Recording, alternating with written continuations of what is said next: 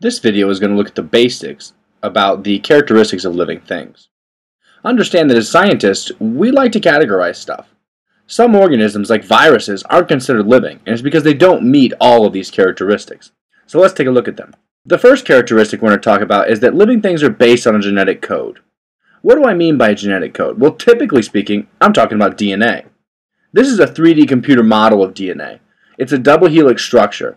And these nucleotides that are a part of DNA, right here, they carry information. Information that designs the cell and tells the cell how to run, how to make proteins. This is very important to cells, larger multicellular organisms. Therefore, being based on a genetic code is part of what we consider to be a characteristic of living things. The next characteristic is grow and develop. First off, let's take a look at this tadpole. If you know anything about a frog, you'll know it's an amphibian. And that's important because it starts in one aquatic environment and moves into a land-based environment. This tadpole has hatched from an egg and currently swims around in an aquatic environment. If it doesn't have the water, it's in trouble. This is the frog, the adult form. Can you tell the difference between the tadpole over here and the frog? This is the life cycle. Of course, we have eggs that are laid by a frog, then we have tadpoles, and the tadpoles slowly progress or grow and develop over their life into the adult frog. Many organisms do this. The next characteristic we're going to talk about is that living organisms respond to their environment. A great example of this can be seen in trees in the spring and the fall. Look at this tree in the spring. Clearly it's spring because it's very, very green. It's absorbing sunlight. The grass is green around it. This tree is taking in a lot of sunlight and it's making food.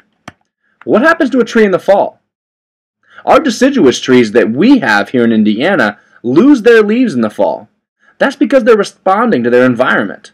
As it gets cold, as it nears winter, it's important for that tree to get rid of those leaves and take in the nutrients that's left in them. If it left the nutrients in the leaves and the leaves died like they would when it frosted, the tree would suffer. So it responds to its environment by dropping leaves. Living things are made up of cells. These cells right here are red blood cells. This is a false color image from a scanning electron microscope. I say false color because in a scanning electron microscope, everything looks gray. We add that red color. They're red blood cells, and they flow through your veins and they carry oxygen to your cells. But our body is made up of hundreds of cells that support each other.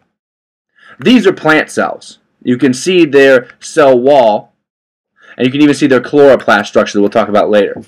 Both plants and animals are made up of cells. The next characteristics of living things is reproduction.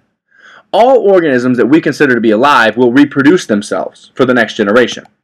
Here's an example of two things that you might have seen in your house that have been reproduced. A puppy and a kitten. Of course, dogs produce puppies and cats produce kittens. And that's very important because if they didn't, the next generation, they would all die out. This is a mother grizzly bear and her cub. The mother reproduced and created a new offspring for the next generation. Same thing here with these tigers.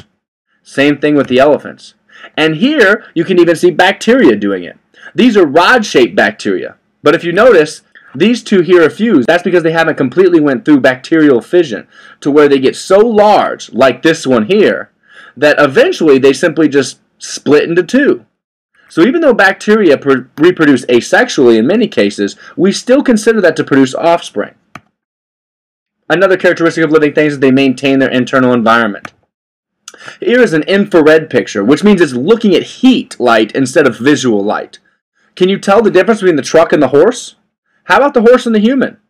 Which one do you think runs a higher temperature? Based on this image, it would seem that the horse runs at a higher temperature, or perhaps he's just been running around so he's hot.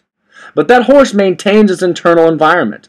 If it were to get cold, the horse's body would produce more heat by twitching muscles like you do when you shiver to keep their body temperature up. In humans, we often say you want to be around 98.6 degrees in Fahrenheit. And your body keeps your temperature there. If it gets too low, we call it hypothermia. If it gets too high, we call it hyperthermia. Either of those are bad, and your body, just like this horse, maintains an internal temperature as well as an internal pH. Living things also obtain and use materials and energy. This lioness has just killed the zebra.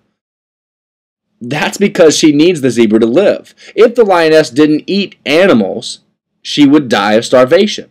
This is how she has obtained material and energy. After she eats the zebra, it will be broken down in her digestive tract, and then it will provide her with the energy to grow, develop, and reproduce offspring, other characteristics of living things. You do something similar, although you might not have killed a zebra. Many of us eat hamburgers, pork chops, steaks, chicken. All of those are because an animal died to provide us energy. So we too obtain and use energy in this manner. And of course, living populations evolve. There are some people that will talk about evolution as if it's only a theory. And that's because they don't understand what a scientific theory is. Evolution has a lot of evidence for it. And as far as we can tell, every living organism, seen as a population, will evolve. Don't get me wrong, no individual evolves, but the populations do. They change over time. A great example are these peppered moths. They're indigenous to Great Britain, and early on in history, what they saw was a lot of the white peppered moths, like you see down here. The reason they saw those is because the trees that they like to inhabit had moss growing on it, and these moths would blend in with that moss. So it gave them an advantage. But then when the Industrial Revolution started, there started to be more black-covered buildings because they were covered in soot. And what we saw was a change in the population. Before, you'd have 80% white and maybe 20% black. Now, it's almost exclusively flip-flopped. So that in most areas, you see 80% black and only 20% white. That's a change in a population. That's evolution. Even though the organism itself hasn't changed in a major way, give it 100 years or 200 years, you could stop seeing the white one altogether. And that would mean the species would go from having two forms to simply having one. The population changed. Through this video, you have seen an example of each one of the characteristics of life. These are just one example. There are many others. But for an organism to be considered alive, it needs to meet all of these criteria. As we started this video, we talked about viruses. Viruses have the capability to reproduce, but not on their own. They have to use your body to do so. They're based on a genetic code, but it's not very large. It's very, very small, and it can only do some things. It can't operate all of what they need to reproduce. That's why they need you. Some of those reasons are why viruses are not considered living. If you think about any animal or any plant that you've seen in your life, they meet all of these characteristics of living organisms.